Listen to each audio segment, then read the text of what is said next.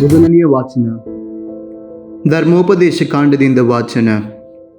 ಅಧ್ಯಾಯ 1, ವಚನಗಳು 2-11. ಉಪದೇಶಕನು ಹೇಳುವುದನ್ನು ಕೇಳಿ. ವ್ಯರ್ಥಗಳಲ್ಲಿ ವ್ಯರ್ಥ, ವ್ಯರ್ಥವೇ ವ್ಯರ್ಥ, ಎಲ್ಲವೂ ವ್ಯರ್ಥ. ಈ ಲೋಕದಲ್ಲಿ ಮನುಷ್ಯನು ಪಡುವ ಎಲ್ಲ ಪ್ರಯಾಸದಿಂದ ಅವನಿಗೆ ದೊರಕುವ ಲಾಭವಾದರೂ ಏನು? ಒಂದು ಸಂತತಿ ಗತಿಸುತ್ತದೆ, ಮತ್ತೊಂದು ಸಂತತಿ ಬರುತ್ತದೆ. ಭೂಮಿಯಾದರೂ ಶಾಶ್ವತವಾಗಿ ನಿಲ್ಲುತ್ತದೆ. ಸೂರ್ಯನು ಮೂಡುತ್ತಾನೆ, ಸೂರ್ಯನು ಮುಳುಗುತ್ತಾನೆ, ತಾನು ಹೊರಟ ಸ್ಥಳಕ್ಕೆ ಮರಳಿ ಓಡುತ್ತಾನೆ.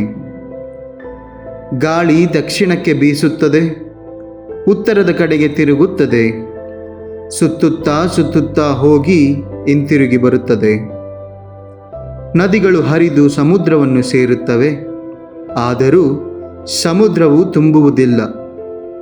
ಅವು ಎಲ್ಲಿಂದ ಹರಿದು ಬರುತ್ತವೋ ಅಲ್ಲಿಗೆ ಹಿಂತಿರುಗಿ ಹೋಗುತ್ತವೆ. ಮನುಷ್ಯನಿಂದ ವಿವರಿಸಲಾಗದಷ್ಟು ಎಲ್ಲವೂ ನಿರಸ.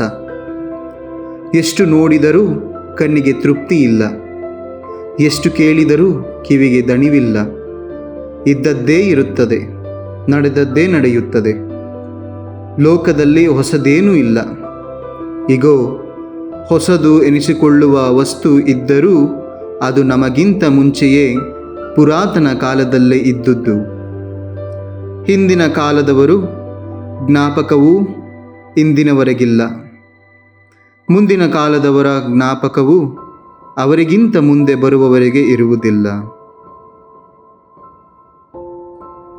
ಪ್ರಭುವಿನ ವಾಕ್ಯ. ದೇವರಿಗೆ ಕೃತಜ್ಞತೆ ಸಲ್ಲಲಿ. ಸಂತ ಲೂಕನ ಬರೆದ ಶುಭ ಸಂದೇಶದಿಂದ ವಾಚನ.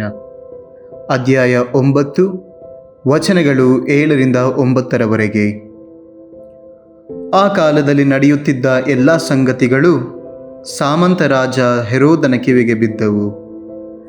ಅವನ ಮನಸ್ಸು ಕಳವಳಗೊಂಡಿತ್ತು, ಏಕೆಂದರೆ ಯೌವನನು ಮರಳಿ ಜೀವಂತನಾಗಿ ಎದ್ದಿದ್ದಾನೆ ಎಂದು ಕೆಲವರು, ಎಲೀಯನು ಪುನಃ ಕಾಣಿಸಿಕೊಂಡಿದ್ದಾನೆ ಎಂದು ಇನ್ನು ಕೆಲವರು, ಪ್ರಾಚೀನ ಪ್ರವಾದಿಗಳಲ್ಲಿ ಒಬ್ಬನು ಮರಳಿ ಜೀವಂತನಾಗಿದ್ದಾನೆ ಎಂದು ಮತ್ತೆ ಕೆಲವರು ಹೇಳುತ್ತಿದ್ದರು. ಹೆರೋದನಾದರೋ, ಯೌವನನೇ, ಅವನನ್ನು ನಾನೇ ಶಿರಶ್ಛೇದನ ಮಾಡಿಸಿದೆನಲ್ಲ, ಮತ್ತೆ ಇವನಾರು?